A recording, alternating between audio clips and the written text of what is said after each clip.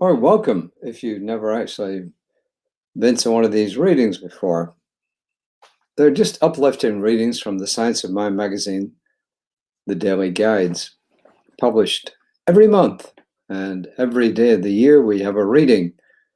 Each month, a different writer gives us the daily guides. So it can be 28, 29, 30, or 31, of course, depending on the month and the year. My wife reads these before she goes to sleep at night, as many of you know.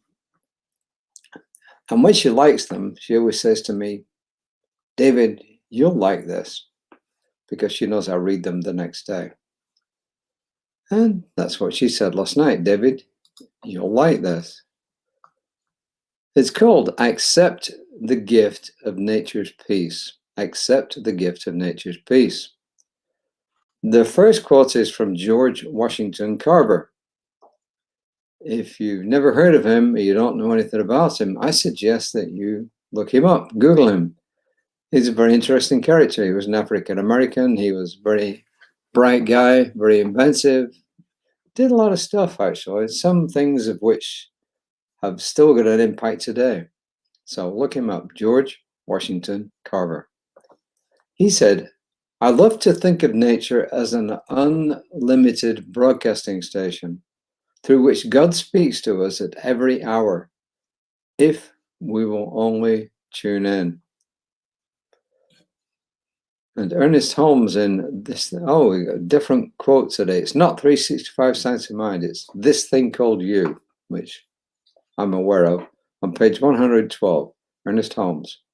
I'm guided by the same intelligence and inspired by the same imagination that scatters the moonbeams across the waves and holds the forces of nature in its grasp.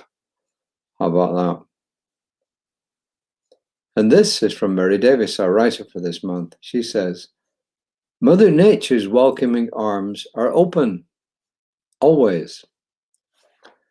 They invite our spirits to expand into her safety, holding our love, our grief, our wildest dreams, and our most intense emotions. She accepts them all and gives back to us in an exhale of peace. She leaves us feeling renewed, relaxed, and recharged. When we need a higher perspective or a jump start for our creativity, nature waves flags of infinite beauty.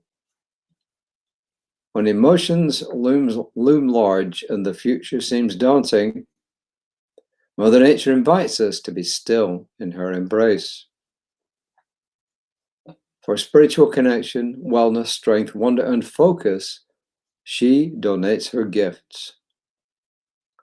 Without a hint of judgment, nature offers us health, respite, meditation, and solace from our worldly stress.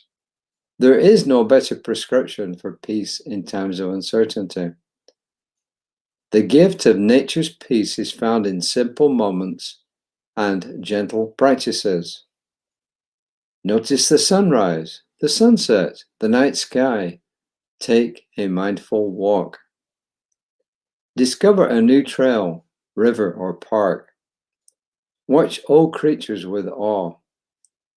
Listen to the peaceful sound of water. Smell the flowers, speak truths to the wind. Plant something beautiful and watch it grow. If going outdoors is not possible, use nature videos or a window as a connection to the natural world. In his writings on radical amazement, Rabbi Abraham Heschel reminds us, to be spiritual is to be amazed. Let's walk out of the door with an eye for beauty. Let's seek out the miracles and soak in the sacred. Let's be amazed.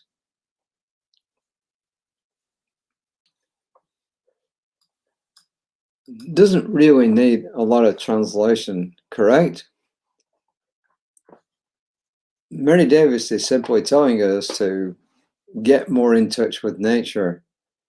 But she is practical here because she recognizes that not everybody can actually get in touch with nature just by virtue of where they live.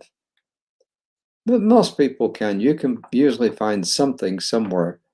In the Woodlands, we're incredibly lucky because we have literally hundreds of miles of walking and biking paths. And you can guarantee there's going to be greenery almost always surrounding you, or at least on one side of you, but usually surrounding you. And we have nature walks.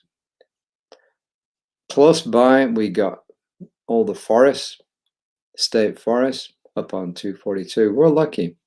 But if you're not in such a lucky place, then, as Mary says, maybe you can just look up some videos. You know, what we've done in the past is we've actually pulled these up, look at them on TV. Why? To keep our cats amused. Yeah, they get bored with them, but at first they're really fascinated when they see birds and all sorts of other creatures there, and they're fascinated. But the whole point of the message is that when we turn away from the stressful events that are going on, and we just spend some time in nature, either literally or on a video or on the TV, then it does reduce our stress. We know this for a fact, and it helps us just get through life a lot easier. It's a pretty simple message, and there are ways and means of actually taking part in it. So I really don't have a whole lot to say. When there's a message that's simple, that's clear, and that is obvious, then I usually don't go into it any deeper. And the affirmations she's given us are, let me look it up. I'm one with the beauty of all natural things. I am one with the beauty of all natural things. I allow nature's peace to lift me on the wings of divine love. I allow nature's peace to lift me on the wings of divine love. And I can tell you this, that some of the best times I've spent in my life have been at the seashore when it's quiet, just watching the ocean, listening to the waves, and also in the mountains.